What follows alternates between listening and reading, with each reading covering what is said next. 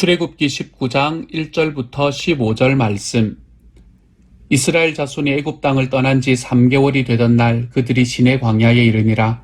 그들이 르비딤을 떠나 시내 광야에 이르러 그 광야에 장막을 치되 이스라엘이 거기 산 앞에 장막을 치니라. 모세가 하나님 앞에 올라가니 여호와께서 산에서 그를 불러 말씀하시되 너는 이같이 야곱의 집에 말하고 이스라엘 자손들에게 말하라. 내가 애굽 사람에게 어떻게 행하였음과 내가 어떻게 독수리 날개로 너희를 업어 내게로 인도하였음을 너희가 보았느니라. 세계가 다 내게 속하였나니 너희가 내 말을 잘 듣고 내 언약을 지키면 너희는 모든 민족 중에서 내 소유가 되겠고 너희가 내게 대하여 제사장 나라가 되며 거룩한 백성이 되리라. 너는 이 말을 이스라엘 자손에게 전할지니라. 모세가 내려와서 백성의 장로들을 불러 여호와께서 자기에게 명령하신 그 모든 말씀을 그들 앞에 진술하니 백성이 일제히 응답하여 이르되 여호와께서 명령하신 대로 우리가 다 행하리이다. 모세가 백성의 말을 여호와께 전하매 여호와께서 모세에게 이르시되 내가 빽빽한 구름 가운데서 내게 임함은 내가 너와 말하는 것을 백성들이 듣게 하며 또한 너를 영영히 믿게 하려 함이라. 모세가 백성의 말을 여호와께 아뢰었으므로 여호와께서 모세에게 이르시되 너는 백성에게로 가서 오늘과 내일 그들을 성결하게 하며 그들에게 옷을 빨게 하고 준비하게 하여 셋째 날을 기다리게 하라. 이는 셋째 날에 나 여호와가 온 백성의 목전에서 시내산에 강림할 것임이니 너는 백성을 위하여 주위의 경계를 정하고 이르기를 너희는 삼가 산에 오르거나 그 경계를 침범하지 말지니 산을 침범하는 자는 반드시 죽임을 당할 것이라. 그런 자에게는 손을 대지 말고 돌로 쳐 죽이거나 화살로 쏘아 죽여야 하리니 짐승이나 사람을 막론하고 살아남지 못하리라 하고 나팔을 길게 불거든 산 앞에 이를 것이니라 하라. 모세가 산에서 내려와 백성에게 이르러 백성을 성결하게 하니 그들이 자기 옷을 빨더라. 모세가 백성에게 이르되 준비하여 셋째 날을 기다리고 여인을 가까이 하지 말라 하니라. 아멘. 할렐루야, 반갑습니다. 저는 라바 목장의 목자이고 또 영어부 ESE의 전도사로 맡고 있는 최대열입니다. 오늘 목사님께서 잠시 한국에 방문하셔서 이렇게 수요 예배를 말씀을 전할 수 있게 되었는데 너무 감사하고 영광입니다. 잠시 기도하고 저희 시작하겠습니다. 하나님 감사합니다. 이 시간을 통해서 저희에게 말씀하여 주시고 하나님이 정말 저희를 사랑하신다는 것을 다시 한번 느끼고 기억하고 할 수 있는 그런 시간 되기를 소망합니다. 하나님 함께 하여 주시고 저를 통해 말씀해 주세요. 예수님 이름으로 기도드렸습니다. 아멘. 오늘 하나님께서 저에게 주시는 말씀은 출애굽기 19장 1절부터 15절까지의 말씀입니다.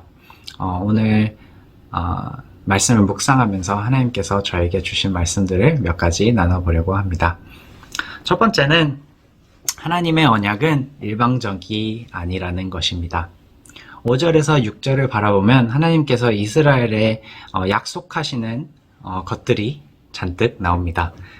이렇게 기록되어 있습니다. 이제 너희가 정말로 나의 말을 듣고 내가 세워준 언약을 지키면 너희는 모든 민족 가운데서 나의 보물이 될 것이다. 온 세상이 다 나의 것이다. 그러므로 너희는 내가 선택한 백성이 되고 너희 나라는 나를 섬기는 제사장 나라가 되고 너희는 거룩한 민족이 될 것이다. 너는 이 말을 이스라엘 자손에게 일러 주어라 라고 기록되어 있습니다.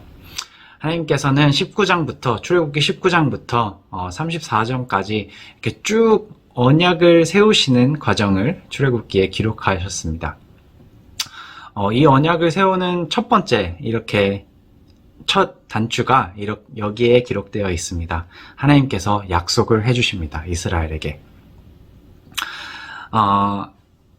하나님의 언약을 지키면 모든 민족 가운데서 보물이 될 것이고 하나님이 온 세상의 주인인데 그 중에서 선택한 백성이 될 것이고 하나님을 섬기는 제사장 나라가 될 것이고 거룩한 민족이 될 거라고 기록되어 있습니다. 정말 엄청난 파격적인 조건들이 써져 있습니다. 하지만 저에게 가장 놀라웠고 와닿았던 것은 마지막에 쓰여져 있는 6절의 마지막에 쓰여져 있는 너는 이 말을 이스라엘 자손에게 일러주어라 였습니다. 모세는 이 엄청난 약속을 듣고 산에서 내려가서 이스라엘 백성들에게 이 말씀을 전해 주어야 했습니다. 하나님께서는 온 세상의 주인 되시고 하나님께서 뜻하신 대로 행하실 수 있는 힘이 있는 그런 분이십니다. 하지만 놀랍게도 하나님은 언약을 세우실 때 이스라엘의 의사를 존중하고 물어봅니다. 이스라엘아, 너희가 나와 언약을 맺기를 원하느냐? 라고 물어보시는 것 같았습니다.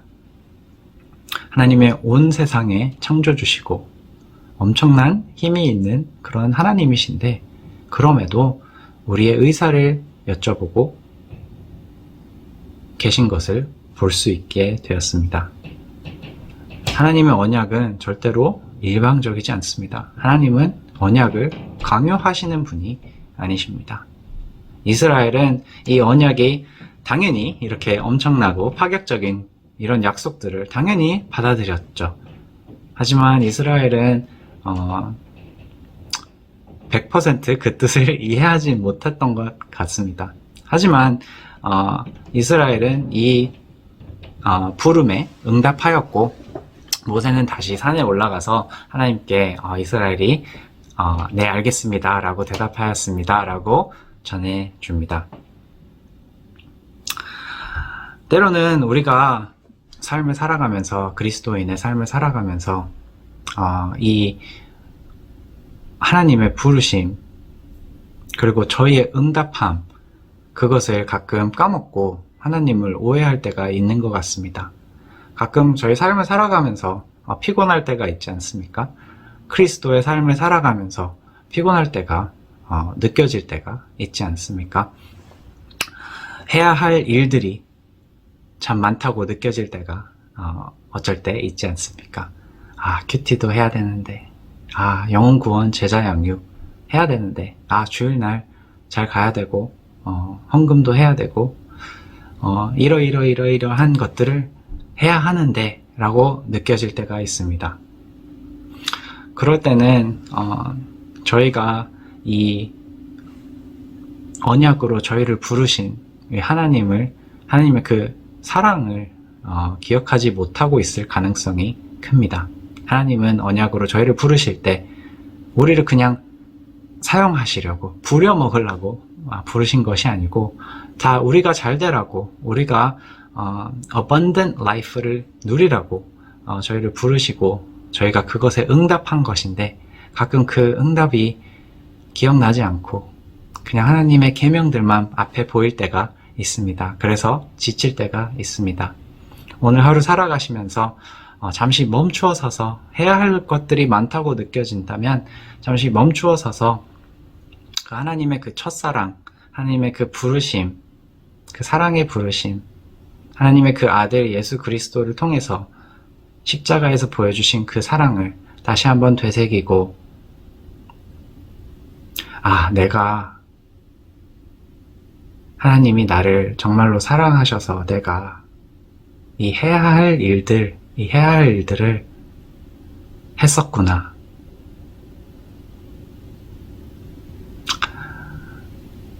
내가 순종한 것이 하나님께서 나를 사랑하셔서 먼저 나를 사랑하셔서 내가 순종했던 것이구나를 기억할 수 있는 그런 하루가 되었으면 좋겠습니다.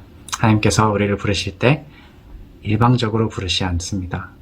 하나님께서 우리를 부르실 때 우리의 의사를 물어보시고 그리고 우리는 그 응답을 한 것입니다. Yes, Lord. 네, 주님. 하나님 따라가겠습니다.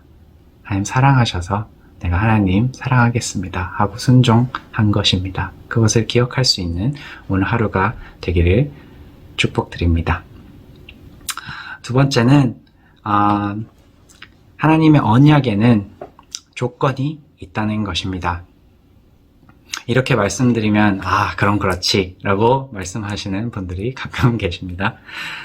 하나님의 계명이 언약이 그 계명들이 조건이라고 생각하고 그것이 올감이라고 느껴질 때가 있을 수도 있습니다. 또 하나님이 날 부려먹으려고 언약을 세우셨다고 느껴질 수도 있습니다. 하지만 하나님의 언약은 이 언약의 조건은 단순히 계명을 지키고 순종하는 것이 절대로 아닙니다. 물론 계명을 지키고 순종을 해야 합니다. 하지만 우리의 우선순위가 계명을 지키는 것이 되면 안 될 것입니다. 만약에 그게 하나님이 정말로 원하시는 언약이었다면 바리새인들은 정말 하나님께 칭찬받아 마땅한 사람들이 아니었겠습니까? 하지만 예수님은 이 바리새인들을 정말 많이 꾸짖으시는 것이 마태복음에 많이 나옵니다.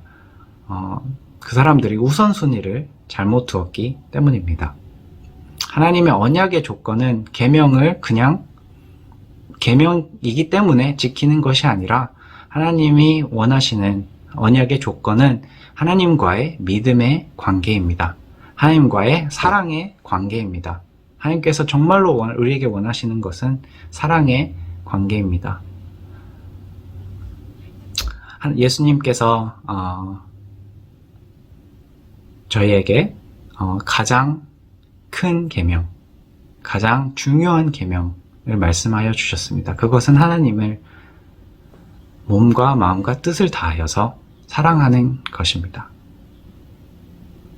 그리고 모든 all the law and the prophet, 모든 선지자와 모든 그 계명들은 다 이 안에 함축되어 있다라고 말씀하여 주셨습니다. 하나님께서 언약을 세우실 때, 우리와 언약을 세우시고 이스라엘과 언약을 세우시고 할 때 가장 중요하게 생각하신 것은 그 사랑의 관계입니다. 이 사랑의 관계 안에 있을 때 진정한 순종도 나오게 되고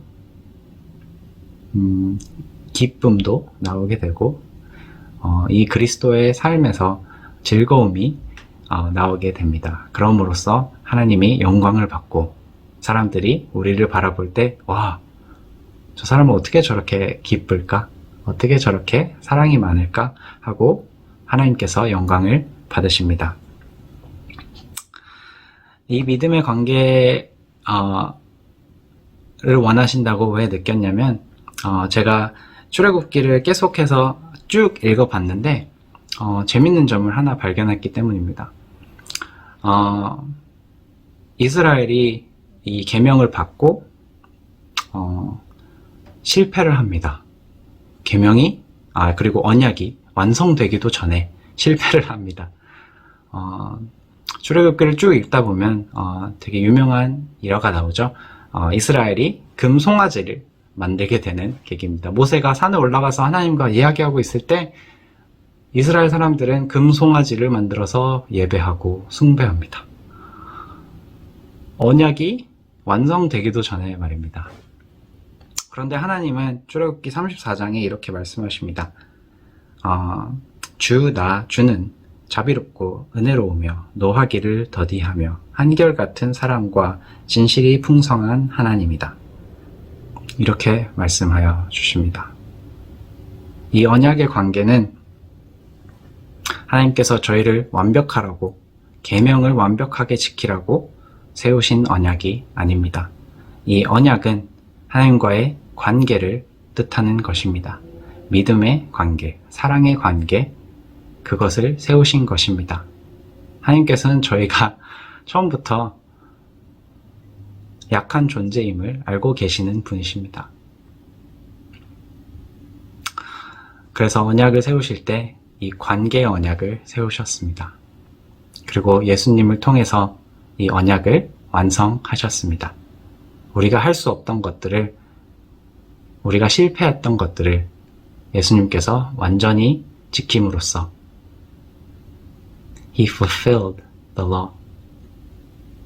그 계명을 완성하셨습니다. 하나님께서 만약에 저와 여러분을 계명의 관계, 완벽한 관계로 부르셨다면 저희는 절대로 지킬 수가 없는 언약이었습니다. 하지만 이 언약의 관계, 실패해도 하나님께 돌아가고 용서를 구하고 관계 가운데 있다면 저와 여러분은 이 언약 관계에 성공한 사람들이 아닐까 합니다. 물론 이 관계는 오직 예수 그리스도를 통해서 유지될 수 있는 것이고 완성될 것입니다. 오늘 하루 살아가면서 잠시 빠르게 살던 삶을 멈추고 하나님께서 주신 사랑의 언약과 우리의 그 응답함을 기억하는 시간을 가질 수 있기를 소망합니다. 그리고 그 하나님과의 그 첫사랑, 주님이 언약이 기억되고 감사함이 넘쳐나는 오늘 하루가 되기를 축복드립니다. 이 시간에 함께 기도하겠습니다. 하나님,